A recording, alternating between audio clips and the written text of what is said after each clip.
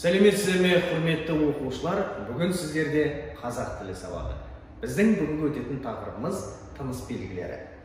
Балалар, тыныс белгілері дегеніміз айтайын деген ойды жазуда нақтылы, дәл, түсінікті етіп жеткізу үшін, сондай-ақ баяндалмақшы пікірді айқын білдіру мақсатында интонациялық, мағыналық, грамматикалық ұстанымға сай қолданылатын шартты белгілерді біз тыныс белгілер деп атаймыз.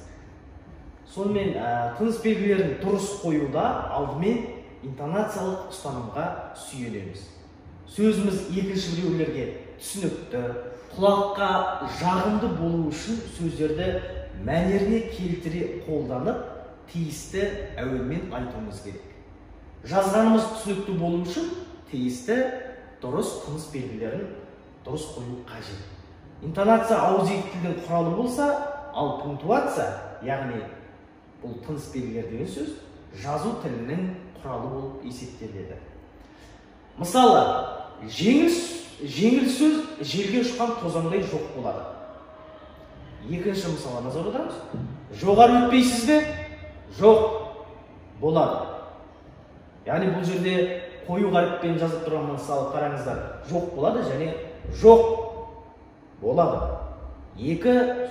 Осы екі мысалда айырмашылық бар, болар, қарап отырсаңыздар. Мына жерде қою қаріппен жазылған сөздердің айтуына мән берсеңіздер, тыныс белгілерінің мағына ажырату қызметіне көз жеткізуімізге болады екен, балалар? Жақсы. Келесі, тіліміздегі тыныс белгілері сан жағынан онша көп емес, бірақ мағыналары, қолданылатын орындары жағынан алуан түрлі болып келеді. Қолдану орнына қарай тыныс белгілері екі топқа бөлінеді екен. Біріншісі, сөйлем соңында келетін тыныс белгілері, яғни білесіздер, оның шартты белгісі нүкте, одан кейін сұрау белгісі, мысалы, бүгін сен концертке барасың ба?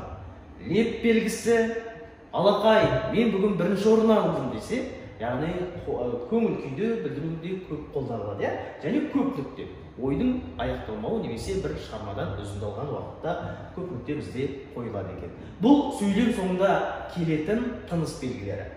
Және екінші түрі сөйлем ішінде келетін тыныс белгілері. Оларға біз үтір, нүктелі үтір, қос нүкте, тырнақша, сызықша, үтірлі сызықшаны жатқызуымызға болады. Сөйлем соңында келетін тыныс белгілері даралаушы қызмет атқарса, сөйлем ішінде келетін тыныс белгілері ажыратушы, ерекшелеуші қызмет атқарып тұрады екен, балалар. Бүгін біз сіздермен тыныс белгілері туралы өттік, тыныс белгілердің екіге бөлінетінін білдіңіздер. Сөйлем соңында қойылатын тыныс белгілер және сөйлем ортасында ішінде қойылатын тыныс белгілер деп атауымызға болады.